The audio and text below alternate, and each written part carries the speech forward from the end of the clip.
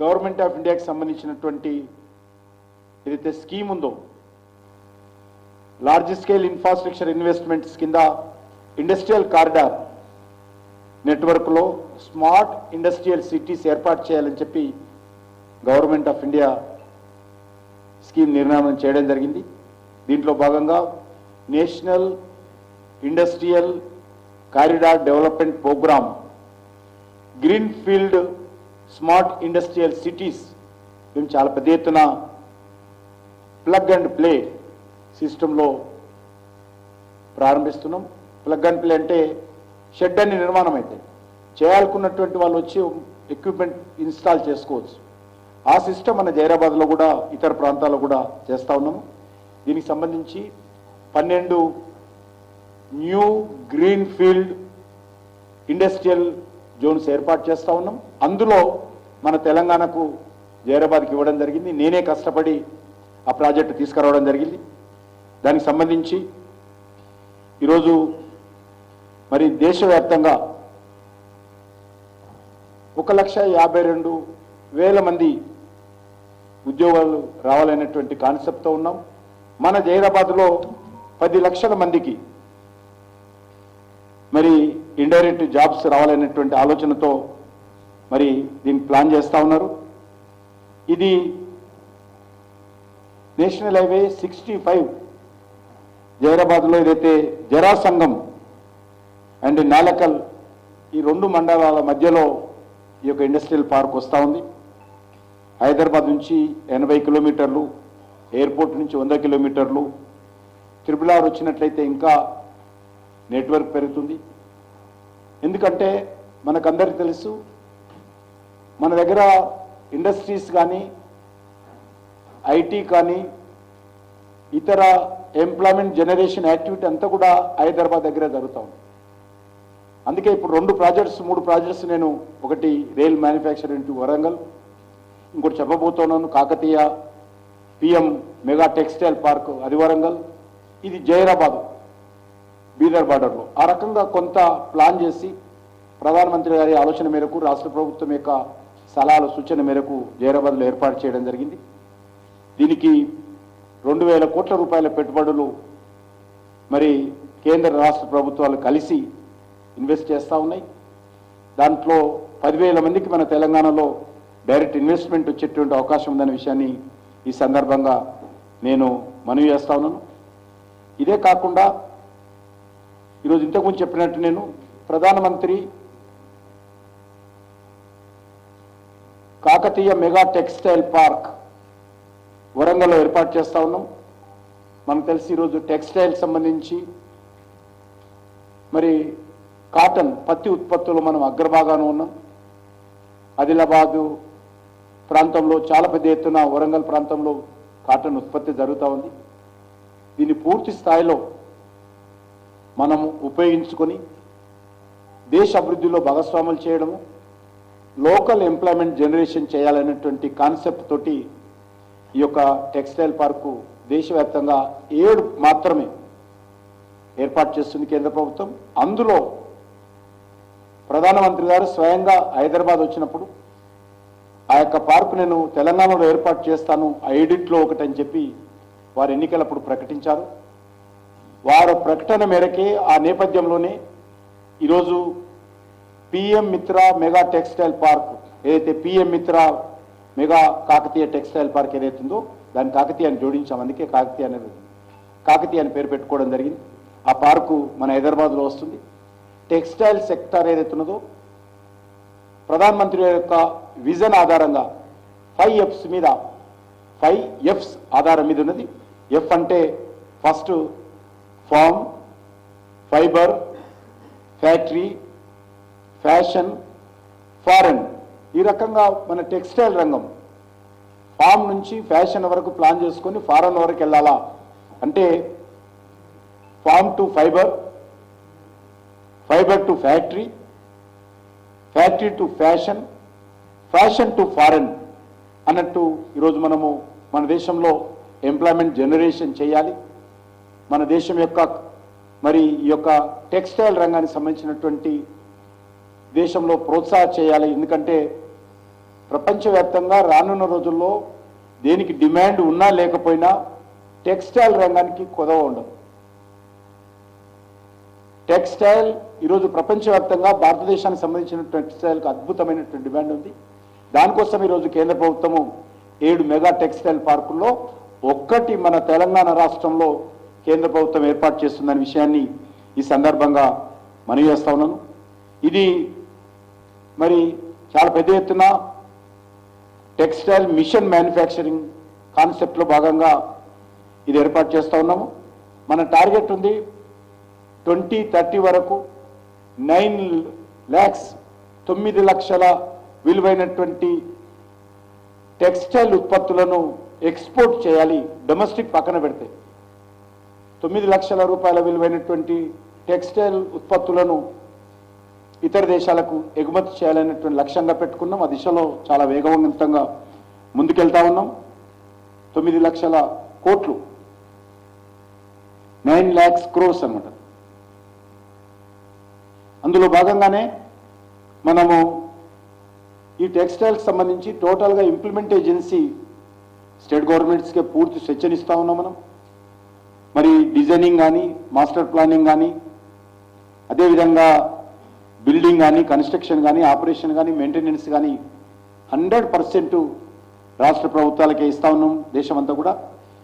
ఇది కూడా మన జైరాబాద్లో ఈ బిల్డింగ్ ఇన్ఫ్రాస్ట్రక్చర్ కోసం 1695 crores బిల్డింగ్ మరి దానికోసం మనం ఖర్చు పెడతా ఉన్నాం. అదే కాకుండా ఈ వరల్డ్ క్లాస్ ఇండస్ట్రియల్ సిటీగా ఏర్పాటు చేయాలా అనేటువంటి కాన్సెప్ట్ తోటి ముందుకెళ్తా ఉన్నాం. ఎందుకంటే మనకు హైదరాబాద్ తర్వాత అతిపెద్ద నగరం మరి వరంగల్ నగరం. ఇది ఒక సాధారణ నగరమే కాకుండా మన భారతీయ సంస్కృతికి, భారతీయ కళలకు, మన చరిత్రకు అద్దం పట్టేటువంటి అద్భుతమైనటువంటి నగరము. ఆ నగరంలో మరి ఈ యొక్క ప్రాజెక్ట్ వస్తున్నది. అందులో భాగంగానే 1,00,000 మందికి ఉద్యోగాలు కల్పించాలి అది పూర్తయిపోయిన తర్వాత అనేటువంటి కాన్సెప్టు. ఇప్పటికీ 24,000 మందికి 3 కంపెనీలతోటి ఎంఓయూ చేసుకోవడం జరిగింది. 3 కంపెనీలు, ఒకటి కైటెక్స్, అదేవిధంగా మరొకటి యంగ్ వన్, అది మల్టీనేషనల్ కంపెనీ, అది కూడా కొరియా. అదేవిధంగా గణేష ఎక్స్పైర్స్. ఈ రకంగా 3 కంపెనీలు ఇప్పటికే ఎంఓయూ కుదుర్చుకొని నిర్మాణ పనులు మొదలుపెట్టి 24,000 మంది ఉద్యోగాలకు కూడా మరి వాళ్ళందరూ కూడా కమిట్మెంట్ ఇవ్వడం జరిగింది. ఆ రకంగా ఇది మన తెలంగాణలో టెక్స్టైల్ రంగానికి మరింత ఊతమిచ్చే విధంగా, ఉపాధి అవకాశాలు మెరుగుపడే విధంగా మనకు ఉపయోగపడుతుందనే విషయాన్ని కూడా ఈ సందర్భంగా మనవి చేస్తున్నాను. అదే కాకుండా ఈరోజు జాతీయ రహదారులకు సంబంధించి మహబూబ్నగర్లో మరి 3,175 కోట్లకు సంబంధించినటువంటి జాతీయ రహదారులకు సంబంధించినటువంటి పనులు ఫౌండేషన్ స్టోను వర్చువల్గా ప్రధానమంత్రి గారు చేస్తారు. అదేవిధంగా మరి ఈరోజు మరొక ఇనాగ్రేషన్ ఉంది. ఈరోజు మనం చర్చిస్తున్న ఇప్పటికే పెట్రోలియం ఉత్పత్తులకు సంబంధించి మన హైదరాబాద్ సిటీలో పెట్రోలియంకి సంబంధించినటువంటి ఉత్పత్తులకు సంబంధించి ఒక పెద్ద టెర్మినల్, పిఓఎల్ టెర్మినల్ మనము అది ప్రారంభించుకోబోతున్నాం. ఇది హ్యాండ్లింగ్ అండ్ స్టోరింగ్ పెట్రోలియం ఉత్పత్తులు, పెట్రోల్ కానీ, డీజిల్ కానీ, ఏవియేషన్ ఫ్యూయల్ కానీ, లూబ్రికెంట్స్ కానీ, ఈ 4 రకాల ఉత్పత్తులకు సంబంధించినటువంటి పెద్ద హబ్ మన తెలంగాణలో ప్రధానమంత్రి గారు ప్రారంభోత్సవం చేస్తారు. అది మనకు తెలిసి ఈరోజు ఏ రకమైనటువంటి అవసరం ఉందో కూడా మనం అందరం చూస్తూ ఉన్నాము. దీంట్లో 1.6 lakh కేఎల్ కెపాసిటీ, చాలా పెద్ద కెపాసిటీ తోటి ఇది నిర్మాణం జరుగుతూ ఉంది. ఇక్కడి నుంచే తెలంగాణకు సంబంధించినటువంటి అన్ని ప్రాంతాలకు పెట్రోల్ కానీ డీజిల్ కానీ అదేవిధంగా మరి ఏవియేషన్ ఫ్యూయల్ కానీ లూబ్రికెంట్స్ కానీ సరఫరా చేసేటువంటి అవకాశం ఉంది. ఇది పూర్తిగా మన మల్కాపూర్ యాదాద్రి దగ్గర యాదాద్రి భువనగిరి జిల్లాకు సంబంధించినటువంటి మల్కాపూర్ గ్రామంలో ఇది నిర్మాణం జరిగింది. దాన్ని 611 కోట్ల రూపాయలతోటి కేంద్ర ప్రభుత్వం ఖర్చు చేసి ఆ యొక్క రిజర్వాయర్, ఆ యొక్క టర్మినల్ నిర్మాణం చేయడం జరిగింది. అది కూడా ప్రధానమంత్రి గారు వర్చువల్గా దాన్ని కూడా తెలంగాణ ప్రజలకు జాతికి అంకితం చేస్తారు. అదే కాకుండా మీకు అందరికీ తెలుసు, తెలంగాణలో 42 రైల్వే స్టేషన్స్, కొన్ని చర్లపల్లి కావచ్చు, లేకపోతే ఇతరత్ర ఇప్పటికే ప్రారంభించుకున్నాం. బేగంపేటలో ఉమెన్ రైల్వే స్టేషన్, మొత్తం మహిళలు పనిచేసేటువంటి రైల్వే స్టేషన్ బేగంపేటలో ఉంది, అది కూడా మనం ప్రారంభించుకున్నాం. కరీంనగర్ ప్రారంభించుకున్నాం, వరంగల్ ప్రారంభించుకున్నాం. ఇప్పటికే 4 రైల్వే స్టేషన్లు పని పూర్తయినాయి. మరొక 2 రైల్వే స్టేషన్లు 10వ తేదీ నాడు ప్రధానమంత్రి గారు పూర్తిగా నిర్మాణం పూర్తయింది 100%గా.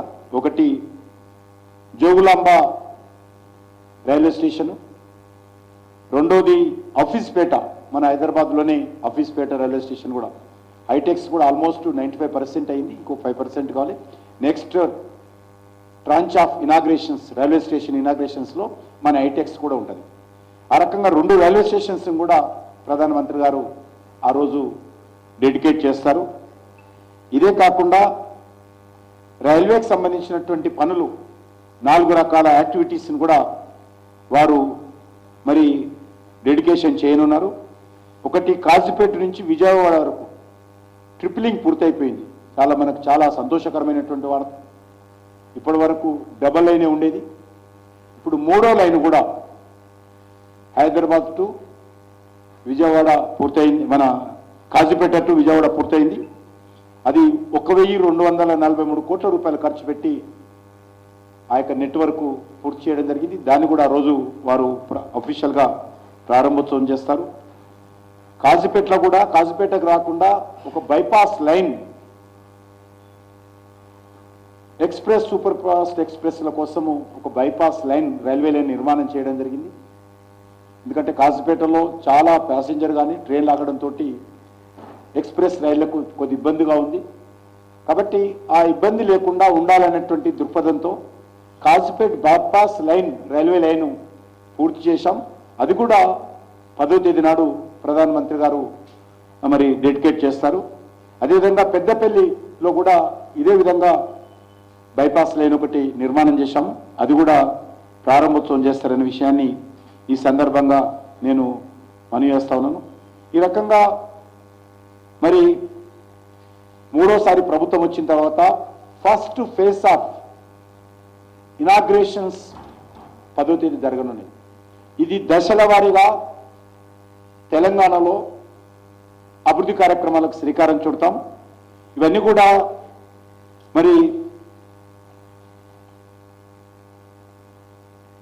చెవులుండి వినని వాళ్లకు, చూడని వాళ్లకు, అర్థం కాని వాళ్లకు ఏమి చెప్పలేం. కానీ అర్థమైనటువంటి మా తెలంగాణ ప్రజలందరూ కూడా మనవి చేస్తా ఉన్నాను.